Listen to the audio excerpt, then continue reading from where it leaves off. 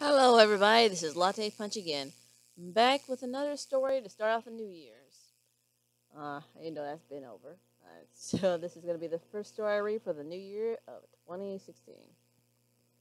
It's called Sweet Apple Warming by Ambion, a slice of life fic. Heartwarming was last week, and that was an exciting time for the apples. No doubt about it. New Year's is next week, and no doubt it'll be an exciting time again. For now, in this time between festivities, there's only the serenity of winter. Applejack wakes up in the early dawn of one perfect winter morning and wonders what woke her. So let's start the chapter. Sweet apple warming.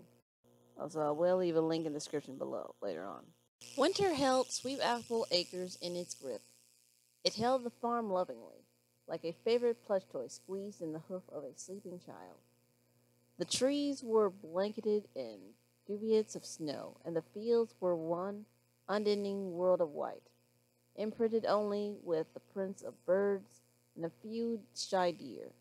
From the farthest edge of the Sweet Apple Acre, the lowest hills to Golden Harvest's neighboring farm, it all lay equally laden in blissful, silent snow. It was lit with the pre-dawn light, the light that comes from the forgotten hour just before sunrise, when dreams are at their most vivid in fingers of sunlight, moonlight, and starlight, all brush past, entwine with one another. The field shone faintly with silvery blue morning light. The trees were naked and bare to the world, so winter had clothed them in its finest weave. They had perfectly perched sleeves of snow on every branch and slender twig. One could not see where wood ended and snow began, but a few powdery heaps here and there attested to the actions of chance, of wind and birds. A few branches of the many hundreds were left bold and naked, but even then it was nearly in perfect sight. There was no pony awake to see it. Then, quite and abruptly, there was. Applejack awoke in her bed with sudden clarity. She stared at the ceiling. Her first thought was to wonder about what had woke her. Like a snowflake melting on her nose, something had been touched her consciousness and gone, leaving her open-eyed and alert. The faintly lit room, made up of the blues and silvers of the super late or early hour, made it seem a different place altogether. Applejack slid easily from the warm layers of her blankets, wondering what awakened her. Something had done it. She felt certain of that much. She listened. Every soft sound she heard was known to her. Her blankets, her breathing, the creak of the bed and floorboards. She heard it all. None of these were out of the ordinary. She put her hooves to the cool floor slowly, one at a time. Even then the connection sounded clear and distant. As she coaxed the ruffled bedding back into a semblance of smoothness, a good morning yawn came upon her. She tried to stifle it to keep it quiet, and the effect was a sigh of air that sounded like it had come a child much younger than she. Applejack smiled, savored the moment, and finished making her bed. It wasn't perfect, but the blankets were smooth enough and flat enough so that when next time she came here, they would be. Applejack eased the door open and shut, and ghosted down the hallway. It was not perfectly dark. Silver gray fingers of light gentled the air, and even if it had been, she knew the quiet places on the floorboard by heart. She passed her sister's room, then her brother's, and lastly Granny Smith's, knowing she had disturbed none of them.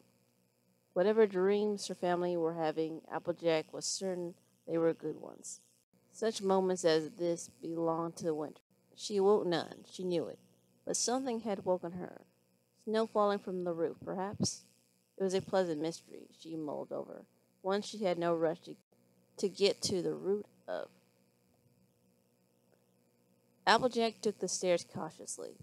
The upper landing she could move quietly across quite easily, but her years of experience had made this creaky stairs only possible, not easy. Each successful step and muffled, drawn-out creak was an act of thievery, stealing moments of time before the inevitable rousing of the house. As her hoof touched the floor, Applejack stood and listened. Silence. She sighed in relief. This wonderful little moment before time was not spoiled yet. She was not distracted from her playful little mystery just yet. She held her breath with silly giddiness as she flicked the downstairs light bulb on. It ticked to stuttering wakefulness, then settled. It was not powerfully bright, but Applejack blinked many times, and her eyes watered a little because she had been accustomed to the dark all this time. She listened as she waited for her eyes to adjust. Applejack stood there with a hoof covering her eyes for a moment until the electric light was not so overly bright for her. She listened to her own steady breathing. She could hear the light bulb as a constant low droning. The eternal morning light retreated to the windows, turning them glossy and black, making everything outside invisible to her now. Applejack wondered if Golden Harvest was awake, and if she was, did she stare out her bedroom window right now? To her, she would have seen the windows turn suddenly bright and glittery, even as, to Applejack's perspective, they turned suddenly darker by the very same contrast. The kitchen chairs were nudged slightly, and Winona was suddenly a warmth against Applejack's leg. The dog's bed was under the kitchen table, an oval of cushions and old blankets covered in soft, colorless hairs that all dogs seemed to shed in excess. Her tail swished the air into quiet busyness. Applejack pulled her dog close, nuzzling her forehead to forehead. The smell of dog and furry warmth filled her nose. She whispered, "Good morning, girl." Winona whined quietly and licked at Applejack's face. She artfully avoided the worst of it, nonetheless enjoying the affection. She opened the fridge out of habit. It lit up and rumbled before her, and then considered herself. After a moment, she slowly closed it again. She didn't want to start the day just yet. It was silly and sentimental, but she felt bad about turning the light on, about chasing away the light of the very early dawn. And she knew that as she started on her breakfast now, she would forget everything about her own tiny, quite likely non-existent mystery. She knew there was no mystery, not really. But Applejack also believed that by looking for something, sometimes a pony found something, even if it were not all at what she had gone looking for in the first place. If nothing else, she enjoyed the quiet time and her open eyes as a chance to appreciate her home and see it in a different light. She rubbed Winona behind the ears. The dog sat up eagerly to receive the touch. "You know what? We can leave it for a little while longer." Making her decision, Applejack flicked out the kitchen light, leaving it even darker to her eyes than it had been before. The dark came rushing back from the windows, but she knew she needed a moment to adjust, and once more see the silvery threads of light as the world slowly crept into the morning. She felt her way through the hall and to the front door, mindful of tables and knocked over boots. Applejack left her hat where it hung.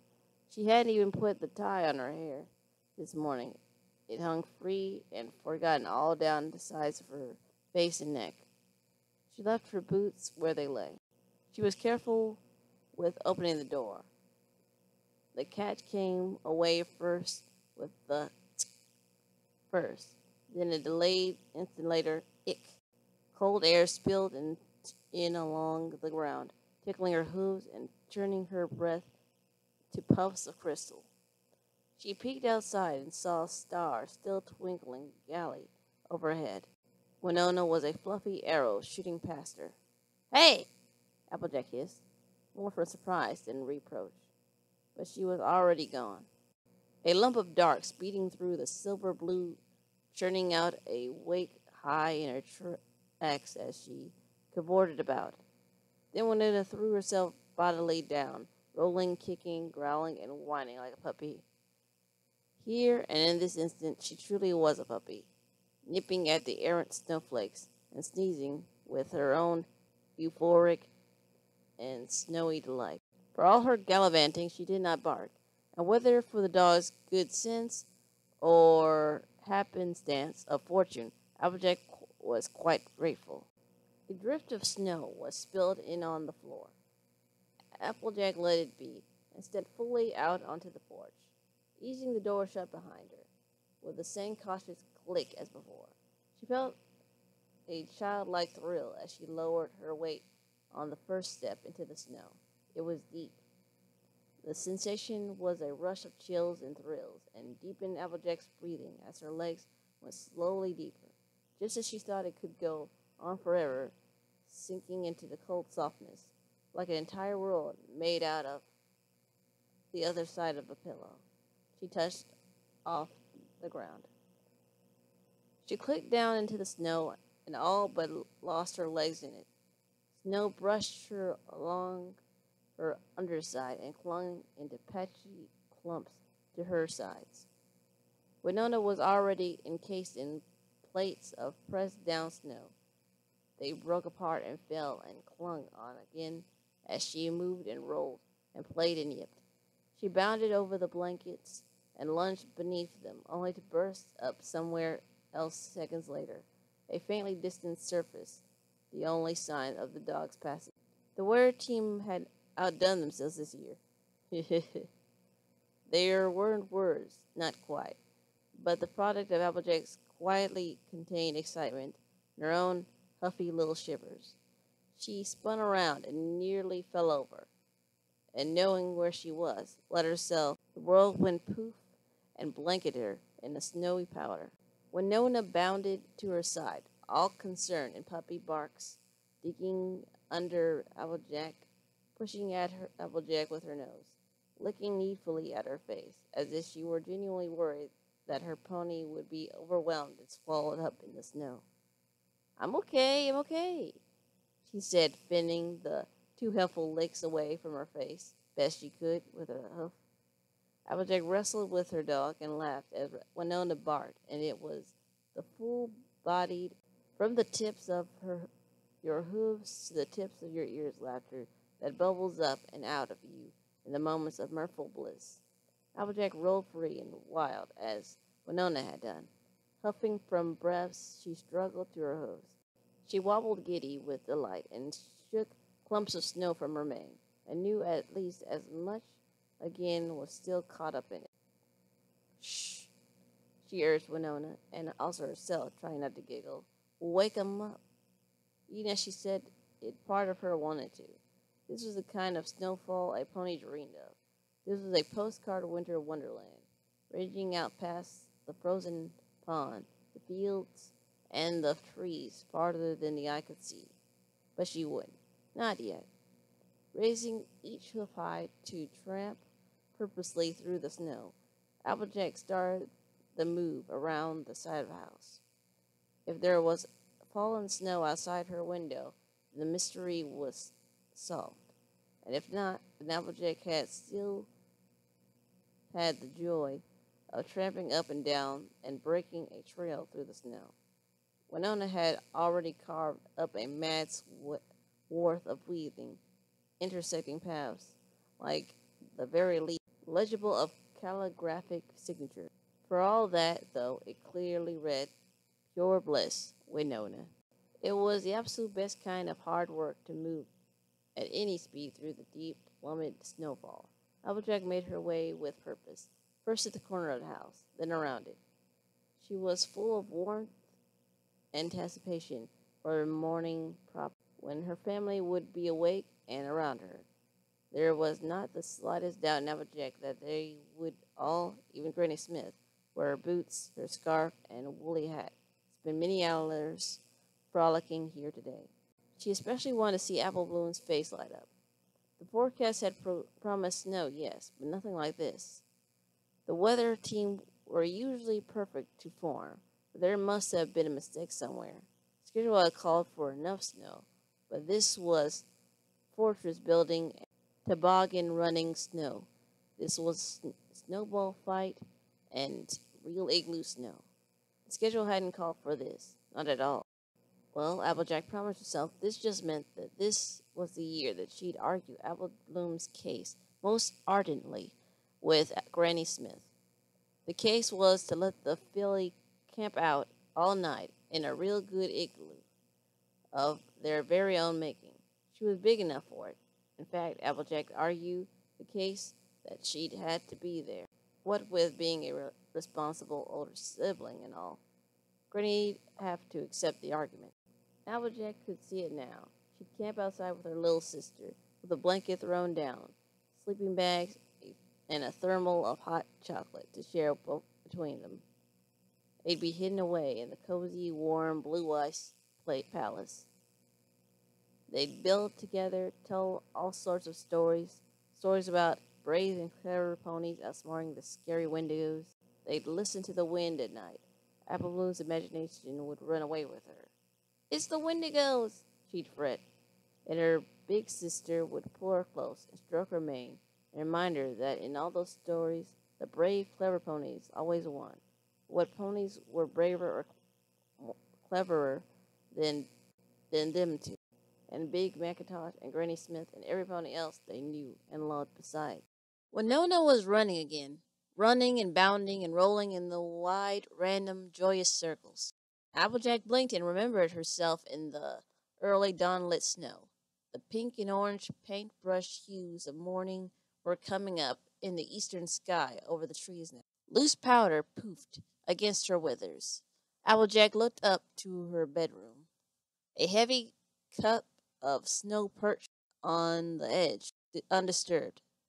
That was not too surprising in and of itself, but that compounded the fact that there was still a token amount of unsettled snow beneath the window, and it hadn't fallen from the roof. It looked almost as if some pony had been throwing snowballs. The plot thickened, but with no tracks to follow from the scene, Applejack wondered what to do. Winona barked for Applejack's attention and went shooting off as if she'd taken it into her head to fetch the sun itself and bring it back laid at Applejack's hood. Huffing hot and cold breaths, blowing crisp snow from her mouth and brushing it quickly from her face, where it clung all the more from Winona's loving doggy licks, Applejack sent off in a half-running, half-leaping gait after her. "Winona! Winona, you mad thing! Winona!" She plowed her way forward through the snow, keeping to Winona's already half-made trail. How a dog moved so quickly through snow, so thickly blanketing the world, baffled and delighted her. As Applejack settled into her stride, she found it was easiest to not to push, but to half hop and buck her way forward, each time carrying her a little further over the snow. The motion was efficient, but silly, and brought another attack of the giggles, especially when she imagined how she must look. It was as if she was trying to buck off some tiny rider, perhaps.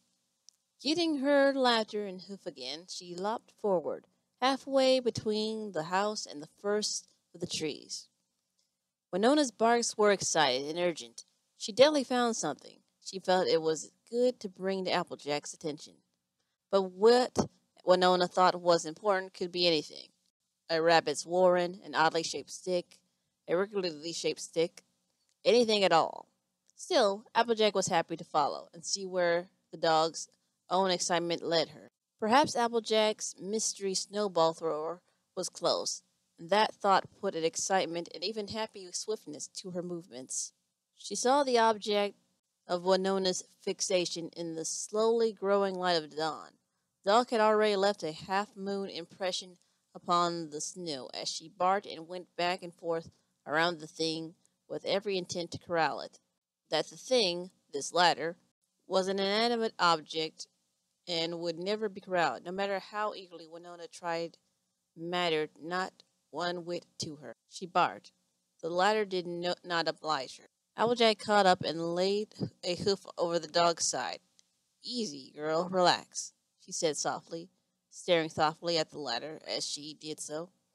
It was undoubtedly her own, and it was undoubtedly erect against the side of this tree. Rectangles of snow on every rung said that it had been standing here undisturbed since at least last night. The only trails in the snow were their own. So whoever had put it here had done so before the heaviest snowfall, or done so without leaving tracks. And it was, Applejack recalled, an exceptionally special snowfall. She tucked this second observation into the back pocket of her memory and went closer. Well, I'll be. She still spoke softly, despite being well enough away from the house now to not risk waking any pony up. If any pony was awake now, their earlier play had already done caused it. Even so, she spoke softly, as if to be a good guest in Winter's house and not impose on the her host restful silence. She had no idea why the ladder would be set up. No pony had done any pruning lately that she knew of. And if they had, every pony knew well enough to put the tools away when they were done. The metal was shockingly cold to her touch, but then it would be. Any errant tongues here would be very foolish. A loop of string poked out from beneath the snow at eye level. Applejack almost had noticed it, but she was only a nose away, and the morning light was adding colors to the world. Brushing the snow aside and murmuring more quiet assuredness to her dog, Applejack pulled at the string. She recognized the coarse, tough twine they often used about the farm. There were scraps and short, useful lengths of it practically everywhere. It rived often and was rarely thrown out. It was just so darn handy. A piece of cardboard came sliding free. Someone had scissored it out into a cardboard shape, but they hadn't done a very exacting job of it. She could see the nick where the scissors had swerved and needed to try again. The corners weren't quite flush.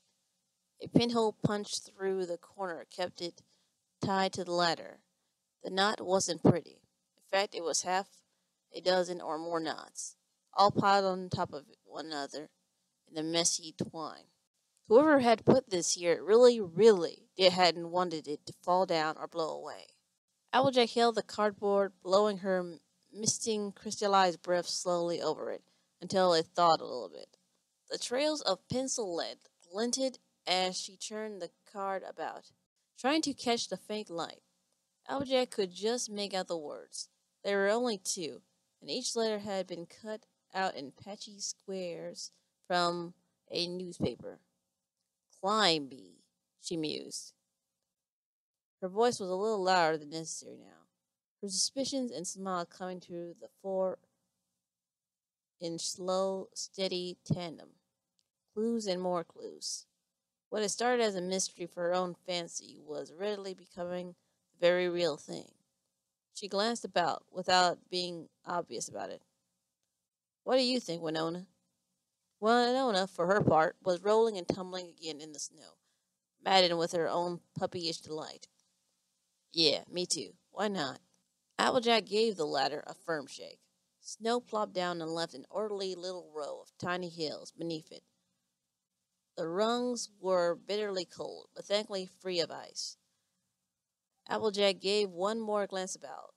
There was still no other trail she could see save for their own, hers and Winona's.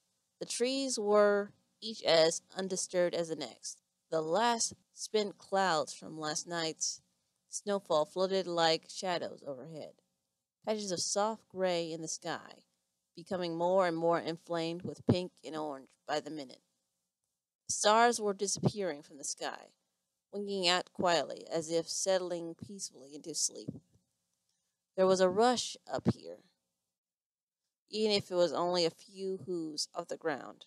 Applejack couldn't recall ever having gone up a tree so late, or so early in the day, least of all in the blanket thorns of winter. Why would she? She put out a hoof onto a frozen stiff tree limb to steady herself, sending a little cascade of powder to fall down over Winona. The dog snapped at the flakes, baring her teeth and licking them as the powder fell on her tongue. If Winona was relaxed then, Applejack saw no reason not to be. Her smile had a confused, wary slant to it, but it was a smile just as well. At the very top of the ladder she found another cardboard card, again tied with lots of knots. It was tied to the very top, feeding through the same loop of twine was a wire. A few inches along the wire, well within her reach, there was a switch. The card read, "Flick me." Applejack tried to track the wire through the tree far as it could go, but distance and poor lights took it further than she could see. Well, nothing for it, she thought, and flipped the switch, holding her breath as well. Applejack became like the sun, surrounded in all directions by twinkling stars. 100 or 1,000 fairy lights lit up all around her, some under the snow, some poking free of it, shining in all colors of yellow and white. "Oh, sweet goodness," she heard herself say, looking with wide eyes slowly in all directions from her perch in the heart of the lights. Tenderly she brushed the snow away from one where it was buried to the branch, freeing its light to join the others. It didn't stop with this one tree. A trail ran out onto the snow, into an open place between the trees, where someone had carefully, painstakingly laid the wire over the snow to create circles big enough to fit a small house into.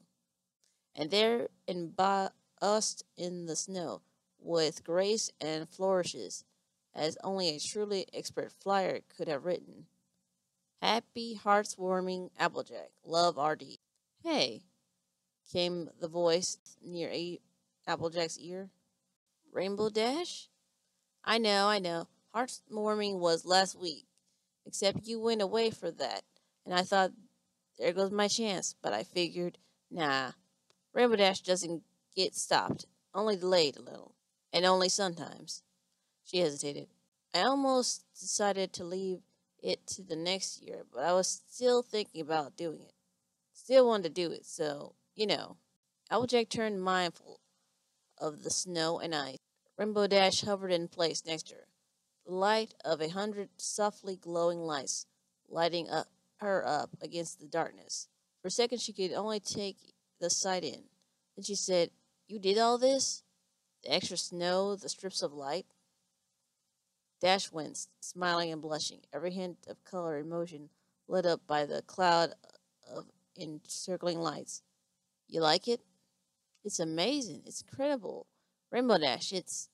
The distant knock of the farmhouse door caught both of them off guard. Big Mac's calls of "hello" boomed across the space to reach them faintly. Winona up and bolted back that way, swerving in and out of her own already broken trail, bouncing and gliding over the snow, barking silently all the while. Their perfect moment was breaking up like ice beneath their hooves. A flash of panic crossed Dash's features, and she flittered toward her light enshrined message in the snow. "I have to kill it." "Wait, Artie." She caught a blue hoof and pulled the Pegasus back. Dash tugged to get away, but her heart wasn't in it. She wanted to be contradicted, Applejack realized. "What do you mean, you gotta kill it?" "Look, all that stuff I said about why this is a whole thing is, like, so belated isn't exactly the main reason it's so belated. It's part of it, but the real reason is..." She trailed off, then stared into Applejack's eyes. Applejack had never seen such a deep sincerity, such a show of vulnerability from Dash before. Another of Big Mac's questioning calls, this time accompanied by apple blooms, reached them, and the Pegasus flinched. She rushed on in her telling, and because she was no longer fighting Applejack's hold, Applejack let go. The words spilled out her mouth, with the sincerity of them lit up by 100 little lights in her eyes. "The reason I took so long is because I was scared. Like super scared. Me, scared." Dash chuckled grimly. and slicked back her mane nervously down her neck. I'm still really, really scared, too, to tell you out loud. I can barely tell you that you. Her hooves were flying through her mane, stinging the many-colored strands into a tizzy. I can't handle your family, too. The thought did occur to Applejack that if Rainbow Dash had wanted this to be a one-on-one sort of gesture, that using 100 tones of premium snow to make a winter wonderland of her entire farm and several hundred meters of fairy lights in viewing distance of the farmhouse was going about it the wrong way. What Applejack really thought, though, the thought that came from deeper than that was this: I know what she's telling me. That thought wanted to play over and over in her head, but seeing Rainbow Dash mounting panic made Applejack put that thought on hold for the moment. Big Macintosh and Apple Bloom were going to be here any second. She dared a glance their way.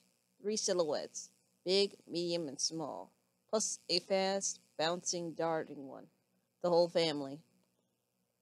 Applejack had an idea. One thought up with a frantic speed borrowed from anxious Rainbow Dash. How quick could you add a word? Really fast. This is me, she said with a touch of affronted pride. All right, then, she told Rainbow Dash her plan. Rainbow Dash flashed the bright grin of new hope inflamed. Applejack, you're awesome. You're... Go! She urged the Pegasus. Unless you're fixing to get caught in the act. Right, yeah, going. Come back in a bit, Applejack shouted after her quickly. I'll settle the family down a mite. I'm going to wrangle us all into the making igloos. Their eyes met again. Igloos, Dash repeated. Sounds awesome. Sure does. Rainbow Dash was true to her words, swooping with hoof and wingtip, finishing her snow lithography quickly, and darting away between the morning-lit trees with a last fading shout of bye. Maybe a minute passed, probably more, like half of one, and Applejack's family came up the trodden trail through the snow. Applejack was only just back on the ground now, puffing breath onto her metal-shielded hooves. Oh, hey, y'all. Pretty, ain't it? Yep. You're up early. Oh, woke up. Applejack crossed her hooves and leaned on the tree, feeling quite proud of herself. Wait till y'all see the rest of it. Come on, then. She led them over to the edge of the big, beautifully curving words. Happy, heartwarming Applejack family, love R.D. Granny whistled. That's something. Avalon hopped onto her brother's back like a kid. Oh, hey, look at that. It sure is, and it's real pretty. Yep, Applejack laughed. It was a wonderful, crazy, and huge, amazing, definitely wonderful gift. For her, and this is the best part, also the family. No lie be written here. No siree. Applejack smiled. She whistled. Granny Smith's voice cracked like an old radio. Happy heartwarming, she read with deliberate slowness. Applejack family, love R.D. She gave extra drawn-out emphasis to the word love, finishing lightly on the 2 symbols of initials. How do y'all feel about igloos later? I reckon right here with these lights would be a mighty magical spot to do. Apple Bloom was, of course, all for spending a night out here. Granny Smith was against that, but not too sternly that she couldn't be convinced otherwise. Applejack was ready for that, suggesting it'd be a nice way for her big brother and her little sister to share some quality time together. They asked about what she'd do. Oh, I don't know. Maybe I'll ask a friend or two to come along. We'll see who shows. Then a snowball went poof against the side of her head. Big Mick met her with an angelic innocence, and surprised as if say, Who, me? And Snowy Apple War was declared. Applejack didn't even start breakfast for another 2 hours. The snow was so perfect, alluring, and deep. The family went inside when they were dog-tired from play, and even Granny was panting and giggling like a pony half her age. She not only conceded to the igloo idea. Now she insisted on having one of her own as well. Granny fell into her seat by the fire and huffed a sigh of pleasant fatigue. Applejack coaxed last night's embers to life in the fireplace. I was just thinking, it's funny, Granny started, that she wrote the message lopsided like that. Applejack family. She'd gone and forgot the apostrophe and the S that should be there. What do you make of that, Applejack? Granny Smith had the sort of smile you could hear when she wanted you to, and she was grinning. This one was absolutely mischievous. Big Mac, too, looked like he was enjoying himself, whistling under his breath and looking at everything save Applejack. Applejack fed kindling to the fire, nursing the sparks to flame. She found herself relaxing and laughing. These twists and turns had not spoiled the magic of her silent, perfect winter morning. In fact, they had been what made it perfect. Let her family make of the message in the snow and the ring of fairy lights what they would. It wasn't hard to figure out. They understood. Applejack knew what it was. Dashed it too. She was just a little slower getting there than most in some things. I expect she just forgot to put that grammar in, Applejack said honestly. You know how a dash rushes. There was surely a bottle or two of special reserve cider she could pull up in the cellar for tonight. A thank you to be shared between ponies. That, words said or not, knew they cared for only for one another. I think what she gave us was absolutely perfect all the same. Little errors like that and all. Every pony looked at her, and no pony contradicted her sentiment. Applejack smiled. Happy hearts-warming eve, every pony. Belated, of course, but still, I'd call this morning just about perfect. The end. Sorry, guys, for taking a century to even get this up. But, thank you for this. I'm going to try and get another story up next week. I promise. Hopefully. Maybe. I can't really promise.